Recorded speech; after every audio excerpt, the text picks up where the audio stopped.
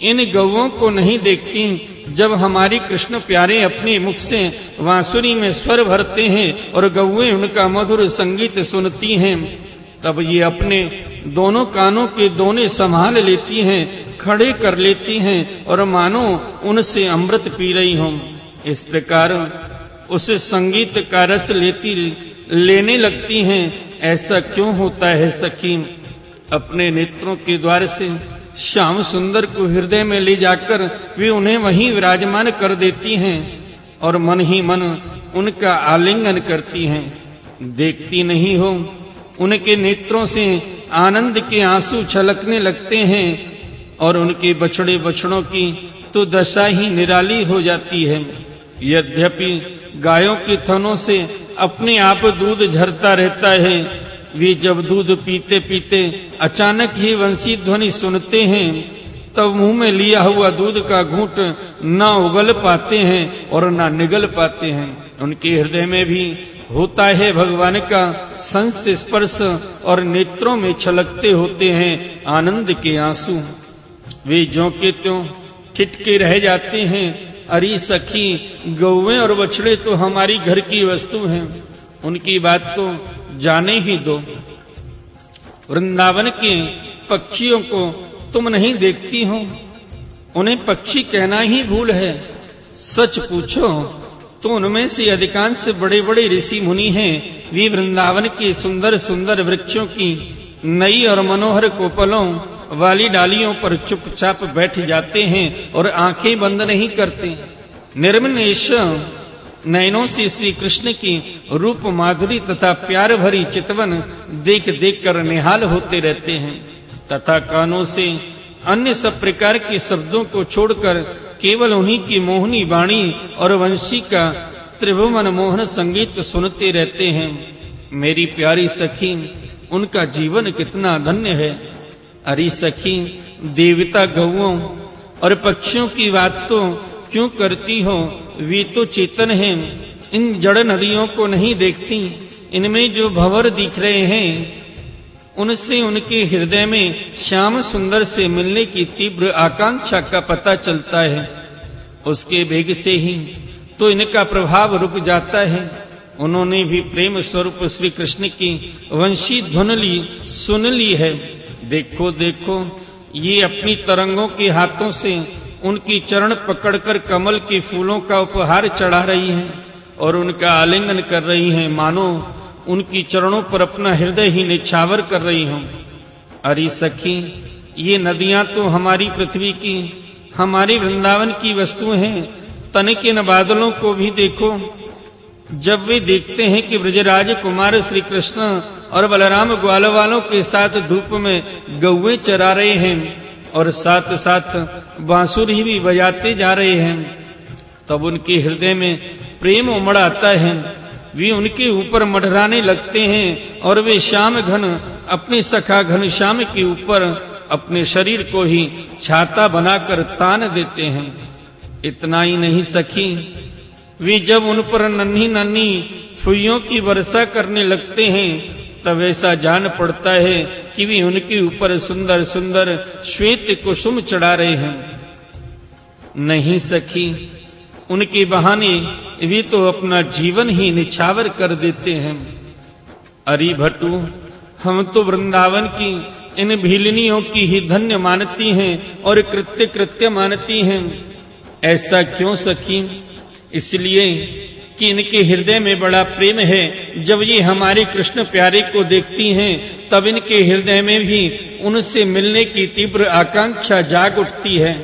इनके हृदय में भी प्रेम की व्याधि लग जाती है। उस समय ये क्या उपाय करती हैं, यह भी सुन लो।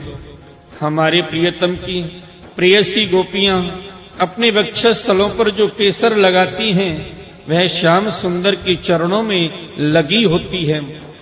और वे जब वृंदावन के घास पात पर चलते हैं, तब उनमें भी लग जाती है।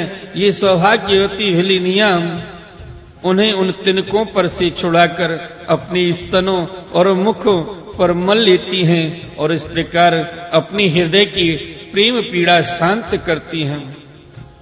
अरे गोपियों, यह गिरिराज गोवर्धन तो भगवान के भक्तों में बहुत ही श्रेष्ठ है, धन्य है।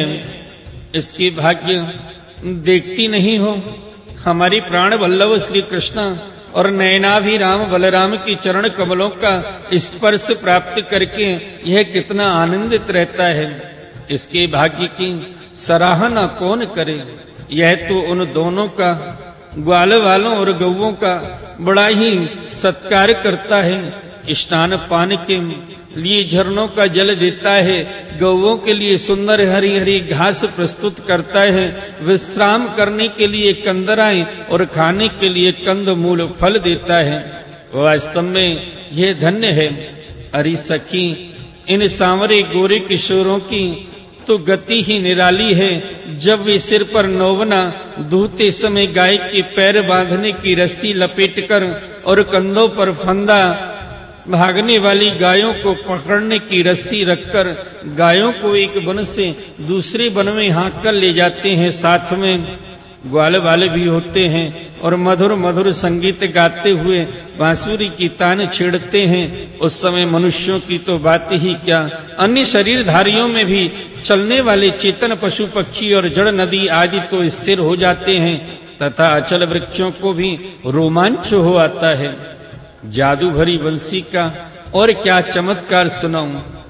तेरी बंसी है जादू भरी कन्हैया, मैं तो कब की खड़ी। तेरी बंसी है जादू भरी।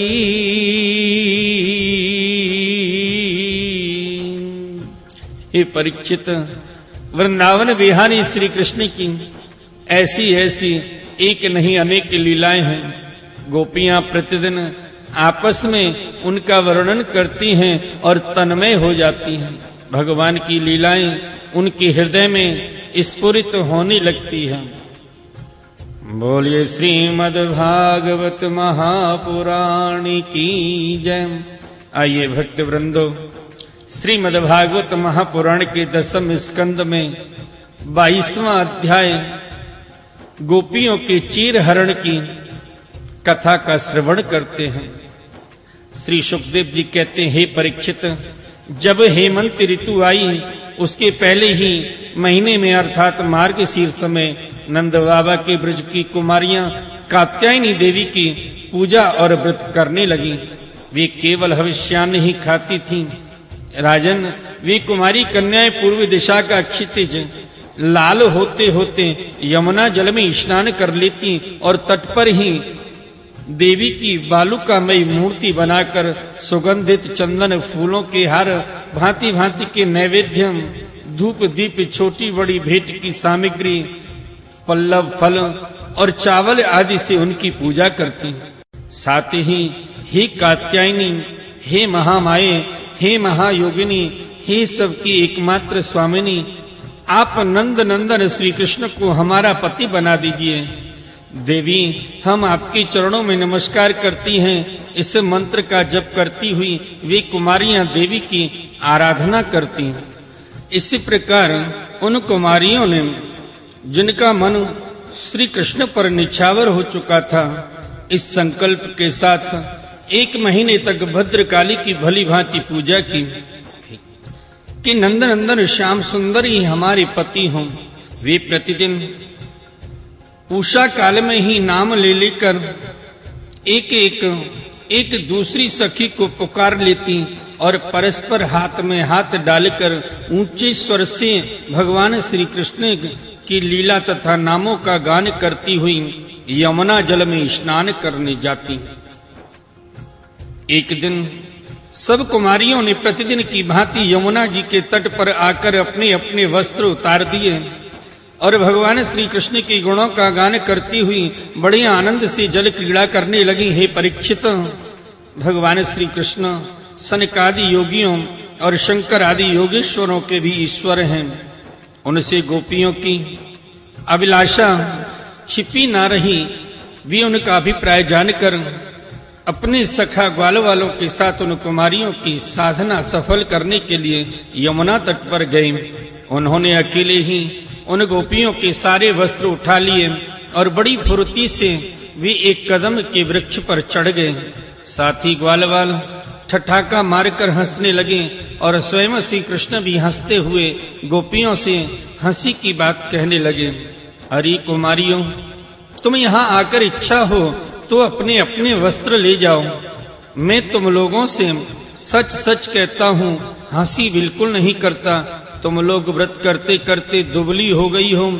ये मेरे सखा ग्वालवाल जानते हैं कि मैंने कभी कोई झूठ बात नहीं कही है।